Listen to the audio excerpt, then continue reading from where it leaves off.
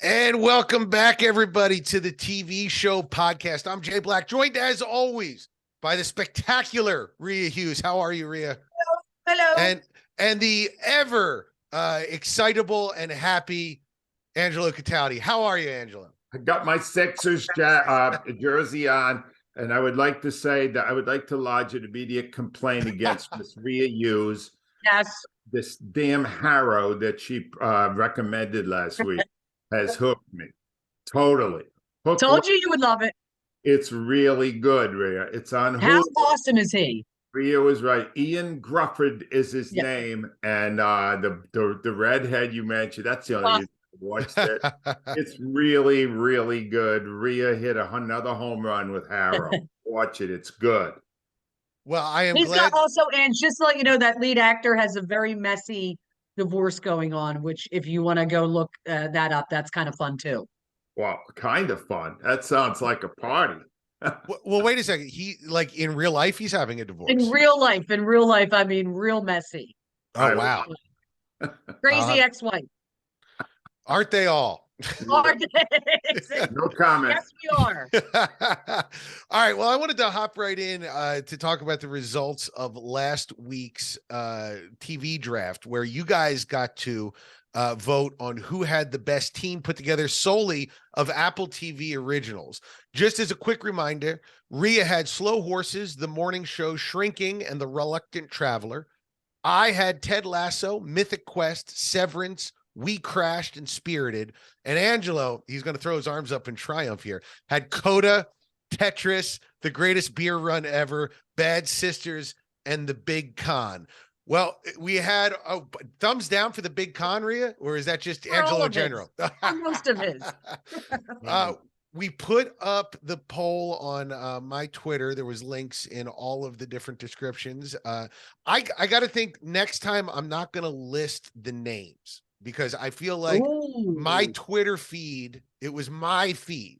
So a lot of my fans were on there. So that might have skewed it a little bit because I don't trust these results. I trust this. Angelo came in last with 15.2% of the vote. Rhea, you came in second with 23.9%, which means that I came in number one with 60.9% of the vote, which seems very high to me. A little bit. It might be the fact that it was my Twitter feed that skewed this. That's my thinking. I suspect that this would happen, and I have a brief statement. It has come to my attention that Jay Black used the organization Dominion for the vote counting. And upon further reflection, I hereby declare that I won, and I am putting together a group of protesters to storm Jay Black's home sometime soon. Oh, hang on. I just got a call. Oh, that's Fox News. They want you to take over Tucker's time slot now, Angela. If you want to come out of retirement, the job is yours. Yeah. And just remember, Angelo, I have all of your text messages saved, so I will get you fired almost immediately. Well, that would definitely happen. You're right. You know what would happen if Angelo's text messages came out? It would be, oh my God, he's exactly the same off air as he is on air. But more profane. More profane. That's it. That's the only difference. I honestly think just looking at these results, besides the fact it was a lot of my fans voting, I do think Ted Lasso. Yeah. The fact that Ted Lasso's on right now, that was because there were people who tweeted, I can't vote for anybody that wouldn't put Ted Lasso on their list. Yeah. And there was people correcting them in the comments going, it was a draft. Only one person could have it, so. You moron. Yeah. So I think a lot of people didn't understand that. I think that Ted Lasso is such a huge hit. Everybody watches it. It's the first thing that came out of Apple TV. And the fact that it's running its last set of new episodes right now, I think that really skewed it. Looking at some of these here. Could not get into Mythic Quest. So this is somebody who voted for you, Rhea. Ted Lasso, immediate disqualification. Somebody saying that they liked Slow Horses. But yeah, so there was some good stuff in there. But you know what I think it is, Angelo? You went a lot of movies, and I don't think people are watching a ton of movies on Apple TV Plus. Well, that's their misfortune. All I can do is attempt to educate, doing it free on a weekly basis right here on the TV show podcast. That's all I can do. Well, we're going to do this again real soon. I can't wait. I'm thinking maybe June to coincide with the NBA lottery. Is that when the lottery happens, the draft? Yeah, it usually happens in June. June. So maybe to coincide with that, we'll do one, and we'll do a streamer like Hulu or Peacock. We'll work our way up to the big streamers like Netflix and not HBO Max, just Max. Also, Angela, I wanted to tell you on the air, I got a really nice email from a fan that said that we're different from all other TV show podcasts, because most TV show podcasts go an hour and they only do like 1 or 2 TV shows and they do a deep dive. They say they can't get over how quick we get through the amount of material that we get through, and that it was, quote, a refreshing change of pace to what they're used to. And you guys don't know, Angela keeps telling me, Jay, we don't have to spend 10 hours on every subject. We can move along. And I just wanted to say that was good advice and well received by the fans. So thank you. I lasted 33 years. Rhea was with me 25. You know what we figured out in the first year or two on the radio? People have extremely short attention spans. Yes. Move on to the next topic, the better off you are. That's a lot of years of trader. Rhea knows that better than anybody. That's how it works. So let's move on. Right. That was coming. That particular email sent me a lot of good reviews, and we will get to those next week. I want to go through them, but I want to move on to something that was just like a little blip in TV news. A fan of the show sent me the news. By the time I looked it up, it was already over. And that was that the NFL Network disappeared from Xfinity and then reappeared within 24 hours. It was a little blip. It was what we're going to see a lot of, and we have seen a lot of, especially as the economics of cable have changed. But essentially, they couldn't agree on a carriage fee for the NFL Network, but within a few hours, they figured it out and put it on. And we've talked about this at length, but one of the things that is true of the economics of how this works is that a cable channel exists solely for the reason that if they take it off, people will call angrily and say, you got to get that back on or I'm going to cancel my cable. That's it. That's the entire economic model. That's why Tucker Carlson could have gold for cash or whatever advertisements running. It didn't matter because people would call and say, give me back my Fox News if he's not on. So the question I have for you guys, as people who are still two people that still have cable, is there a channel that if it were removed, you'd be out, you'd be done, you'd cancel your cable or call and say, if you guys don't get it back, I'm leaving? Is there an non-negotiable cable channel for you? For me, just like I have 2. One is work related, but I also love, like, if they ever took Comcast Sportsnet off, just because, and I know I can get it elsewhere, but that would have been the one for me. So, but now that I can get it elsewhere, the one for me would be HGTV. I'm a huge HGTV fan. I watch it all the time. So if they took that off, I would go. That's your thread holding you there. You'd go find. I I just like it. I like that Rhea called NBC Sports Philadelphia Comcast Sports. That's my first one, Rhea, because it's got all the games. I mean, there's a lot of other ways to see games, but none give you them as reliably as NBC Sports Philadelphia. So I could not lose that. And the one I could not lose, the number one, is also in the sports realm, the Red Zone channel. The Red Zone channel to me is the best way to spend a Sunday afternoon. I love it. I love Scott Hansen. I love the way they jump from game to game. I don't want access to every minute of every game. I want them to do the work for me. And I love that station. And I can't wait for September so I can crank it back up again. And those are the ones around a lot. The thing is, I always thought ESPN would be indispensable. But even I didn't lose the NFL Network.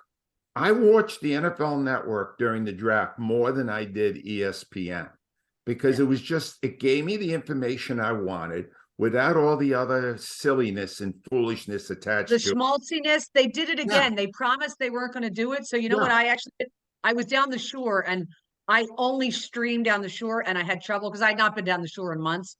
So what I did was I put ESPN up on my laptop and I listened to WIP's coverage because I was like, when you have every reporter, the kid gets drafted and they go right to the mom. So is he a good kid? No, he's actually a really shitty kid. He's terrible. I don't know how he actually got to college and made it. It was just, I was enough. I was like, no. No, I don't like ESPN that much anymore, and I could definitely do without it. And that was the revelation I had in this exercise, Jay. It's not indispensable to me anymore. And for the longest time, ESPN had the highest carriage rates. Yeah. They still might. I mean, I remember it being ridiculous numbers, like $6 or $7 per cable subscriber were going to ESPN. But yeah, I think the two things that I noticed, just because I'm a cord cutter, so I'm out. There was nothing that was keeping me there to begin with. And I think that there's so much in streaming now that I don't really miss anything. Two things I'm listening from you guys: sports, which we've talked about, live television, but also hyper local, which is you want the guys and the girls in the area that know what they're talking about when it comes to sports, and not giving you maybe a national overview, but local. No. So very true. That you read it exactly right, Jay. That's it. All right, so let's move on. Speaking of local, to Britain and everyone's favorite segment, British Corner with Rhea Hughes. What do you got for us this week, Rhea? Well, I'm super excited because I have already reviewed this show called Grace. It's a detective series on BritBox, but I did not know there was going to be a season 3. I got an alert. It dropped this week, and I am watching it. So what Grace is about, the first 2 seasons, it's a detective, your basic detective show, investigating stuff. But always lurking in the background is the lead detective, who I like a lot, John Krim, I think his name is, John Sims, I'm sorry, his missing wife. They never really you don't really know the story. Somehow, years ago, his wife just left for work one day and never came back. They do flashbacks, and it seems like they had a happy marriage. He worked too much, and that was kind of it. So I love the first 2 seasons of it, and then all of a sudden, season 3 drops. And the first episode, he's in a relationship now with a beautiful the woman who actually does the autopsies. So that must be interesting dinner topic. But they're in a relationship and they're thinking about moving in together. And he's about to declare his wife dead, because she's been missing for 7 years. And he's also investigating a serial rapist who had gone dark for 10 years and has resurfaced. And those things generally don't happen. Either the guy's been in prison, dead, or moved out of the area. So they're doing that. And then you kind of get a little tweak at the end of the first episode, and you're like, whoa. So I've finished 2 episodes. There's only 3. They're really long episodes, but the missing wife now plays a prominent role. She was always kind of lurking in the background, but you're about to find out what happened to her, and I can't wait to find out what happened to her. And the mysteries he solves are pretty good too. In the second episode, there's a crash, and 3 different people are involved in it, and the American mafia gets involved, and it's insane. So really good murder mysteries, but you're also finally going to find out what happened to Detective Grace's missing wife. I got a quick question, Rhea. How is the American mafia treated through the eyes of an English television production? I'm very curious. So stereotypical. Italian. But in this case, I will say it has a little twist on it of who's the real bad guy with the mafia involved. Gotcha. So that's the interesting part. Did you guys watch the Squid Games on Netflix? Yeah, I didn't like it. Didn't like it. My son loved it. I was kind of, I thought it was pretty good, but there's a group of Americans at one point that come out, and they're kind of gross American stereotypes. Yes. And I saw an article written about them, that those are guys that make a living in Korean cinema playing gross American stereotypes. They're like American character actors who play Korean stereotypes of what Americans are. It's like one's a fat cowboy and the other's like a gross businessman. And I know I should be offended on some level, but I'm mostly just like, that's pretty awesome. I think that's cool. So I laughed the whole time the American mafia was involved. I'm like, yeah, that's pretty much what we are. Yeah, no, I'd love to see, hey, Korea, if you want to make a TV show about the Philadelphia area, I'd love to see your take on us. I think that'd be a lot of fun. And what do you got for us for Teen Corner, Rhea? Angelo is not going to like this because he's involved in it. So we decided to watch the Goldbergs. And we sat down. I said, Clark, this is the 80s. This is, when I was a young teenager, and it's based a family in the 80s in Jenkintown, Pennsylvania, based on the creator, who I believe is Adam Goldberg. Adam Angelo. Goldberg. Yeah. His childhood growing up, and it's the mother, Beverly, the father, Murray. The kids are Barry, the oldest one, Erica's the sister, and then Adam, who's going around filming it, with his camera. Clark and I could not stand the family. I mean, we did not like them. They were so. He said, if you ever walked in the shower on me and opened up the curtain and was like talking to me as a teenager, he's like, he found the mother to be so creepy. And I was like, all right, it made me feel good because I apparently am not as bad as her. And the yelling, it was just, I think they were trying to attain something. But I never got to the level of amusement for me. Yeah. What I'm amazed at with this show, Ange, is I was just reading, it's just had its series finale after 10 years. It's been on for 10 years and I rarely ever heard about it. Like, how did it stay on for 10 years? Well, it stayed on for 10 years because I was in one of the episodes. Yes. It stayed on in 10 years because Ruben Amaro Jr., our former co-host, yes. Rhea, still your co-host. Yes. He was on a couple of episodes. Yeah. And I will now disclose to you, I hope this isn't bad what I'm doing. I never liked the show at all. Oh, thank God. I was just thrilled. We were there in LA when they filmed an episode that included Howie Roseman and Don Smolensky, two of the top people there, and Mike Quick and Merrill Reese. And I got to meet the people. They were great people. The show just wasn't for me. But then they asked me to do a speaking part for a radio thing they were doing, and they kept sending me checks. And that one, but never to the extent that I wanted to see the show. So did you ever watch it? I didn't even watch the episode I'm in. Well, a couple of things. Number one, I just want to put it out there to any producers that I'm exactly like Angelo. If you want to pay me, doesn't matter what it is you do. Exactly. It does not matter the channel, the show, the politics. I'm in if there's a paycheck involved. But number two, it's so funny you bring it up because my daughter is speed running the final season. And we'd watched the other seasons. That was one of our pandemic shows. Okay. And it was funny because during the pandemic, I'd never watched the show, but we binged it. And then we didn't think about it again for 2 years. And my daughter was like, oh, we just got done the middle. Let's do another ABC comedy. Let's finish up the Goldbergs. And midway through like the third episode, I'm like, what did we ever like about this show? Yeah. These people are awful. And every seasons. How? So here's the thing. I think you want to be a middling hit. You never want to be low rated. You never want to be high rated. You want to be like 28 on the list of the top network shows every week. And then you're on for 600 years and nobody knows about you. If Angelo had never mentioned that he had the speaking role in it, I would have never heard of the show. Ever. And I just didn't like it's not like they weren't acting well. I didn't like their characters. Yeah. It's a well-produced show. It's just like the idea of these awful people coming into your homes every week. No, Jay, we were on set when they did this thing for the Eagles, when we went out there in December 2017. I went in the trailers where the stars stand. I got to see the whole operation. I sat down where they served the food. They have a full buffet. Crafty, every day for all the people. I got to see the whole thing was good until I saw the finished product. And then I went, not for me.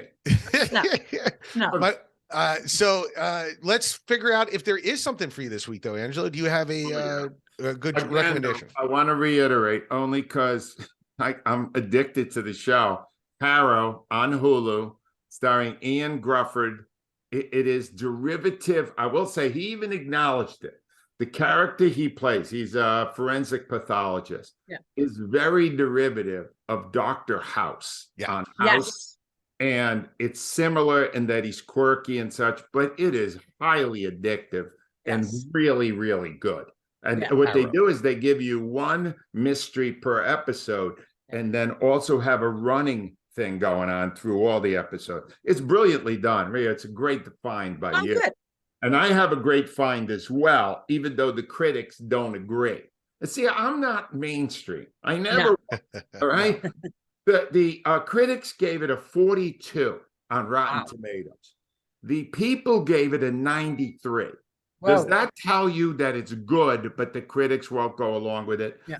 It features one of the greatest television performances I've ever seen. It's a movie. It's called I Want to Dance with Somebody. It's the Yes. story of Whitney Houston. Yeah. And the woman that is playing Whitney Houston is Naomi Ackie. And Rhea, now she's a good singer, but they didn't let her do some of the they integrated No. Yeah. How could you? voice into some of it. This woman is so good. The movie is great. It's 2.5 hours. Okay. And it flies by. My wife loved it. I loved it. It's great. Ignore the critics on this. The people who are watching it on Netflix love it. I Want to Dance with Somebody. It's really, really good. I saw the trailer where she's early on, she's in it with her parents, and they're telling her she's got to dress better. You can't do anything with that hair. And she just keeps going, I just want to sing. And I thought the way her life went about and ended, they made her into this pop star, and it just, but she was amazing. But I was completely drawn in by the trailer. You will love the movie.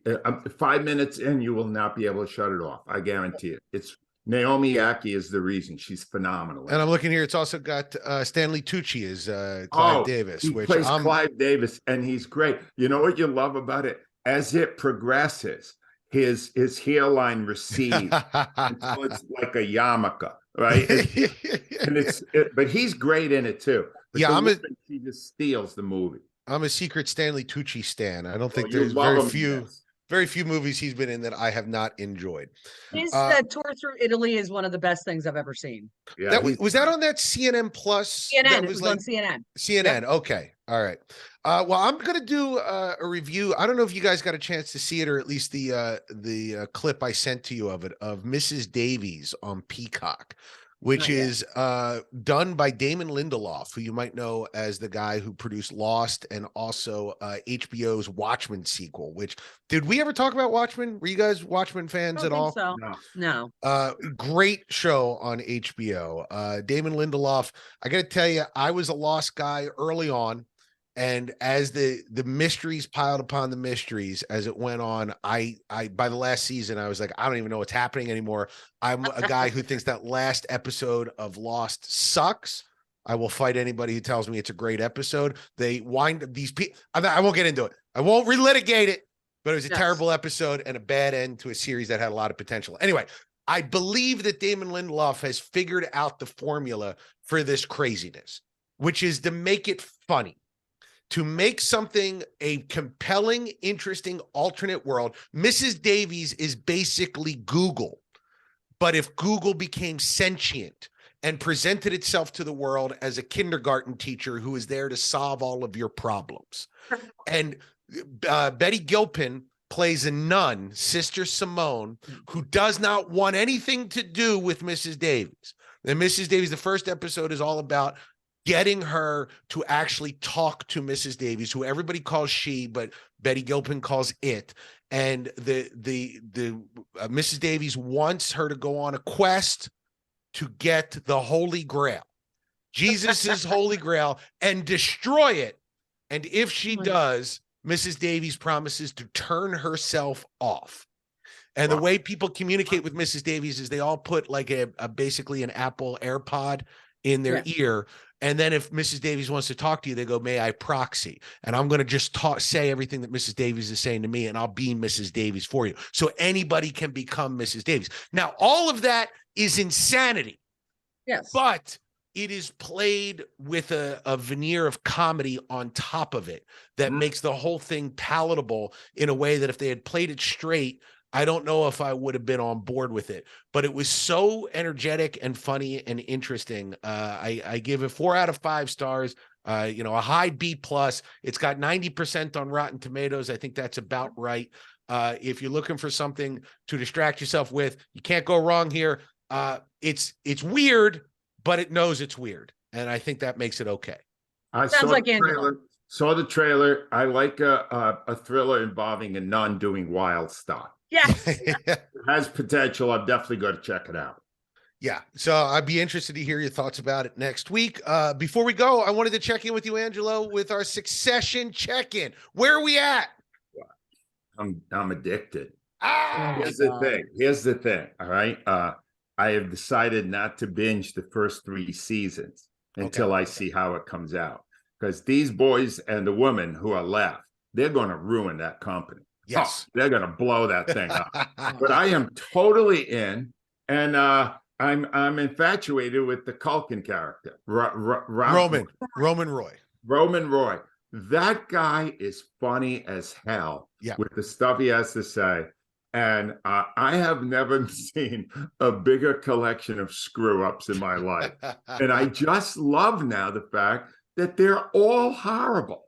There's no one there who's any good. No one. There is a moment, and spoiler alert for episode 6 of season 4 of Succession, but there's a moment where Tom in this last episode tells Shiv basically, I didn't want to lose the money. And it's the closest emotionally the two come. I can tell you over 4 seasons, that moment of, I'm awful. I want to be with you because you're very wealthy. And Shiv looks at him with a look of love that she hasn't had for 4 seasons. It's that moment of, I'm pretty awful. And she goes, finally, some truth in my life. It's a spectacular show, and I'm giddy, Angelo. Yeah, I'm really you're into with it. me on it. But I will never, ever like Ted Lasso. All you people that voted, too bad. I'm not coming around on Ted Lasso. I'm coming back on the episode 500 of the TV show in 12 years. We're going to force you to do a rewatch live on the air, and you're going to love it. Angelo, what did we talk about this week? All right, we got some good stuff this week. Harrow on Hulu. Don't miss it. It's great. Grace is on BritBox. You can get it at Amazon Prime. The Goldbergs are everywhere in syndication, but Rhea does not recommend it. It's Hulu. You can get it on Hulu, too. It's on Hulu, but don't watch it. No. I Want to Dance with Somebody. Whitney Houston. Phenomenal thing on Netflix. You got to check it out. Mrs. Davies is on Peacock. And I think that, and Succession's on Max. Not HBO Max. Max. And you can check out Angelo Cataldi and Tucker Carlson spot every night on Fox News at 8 p.m. Angelo, Rhea, thank you so much for coming on. Guys, if you like the show, please drop a comment, drop a review, rate and review us, and tell a friend. We're growing real fast. And, I got to tell Rhea, where are we this week in the international rankings? Yes. Let me find it. I got one the other day. I get asked it every week, so it's a big question. We're still high in India. Did they give us any others? And we are number 3 in Norway, baby. They have good taste in Norway. Thank you, Norway. Thank you, Norway, for loving us.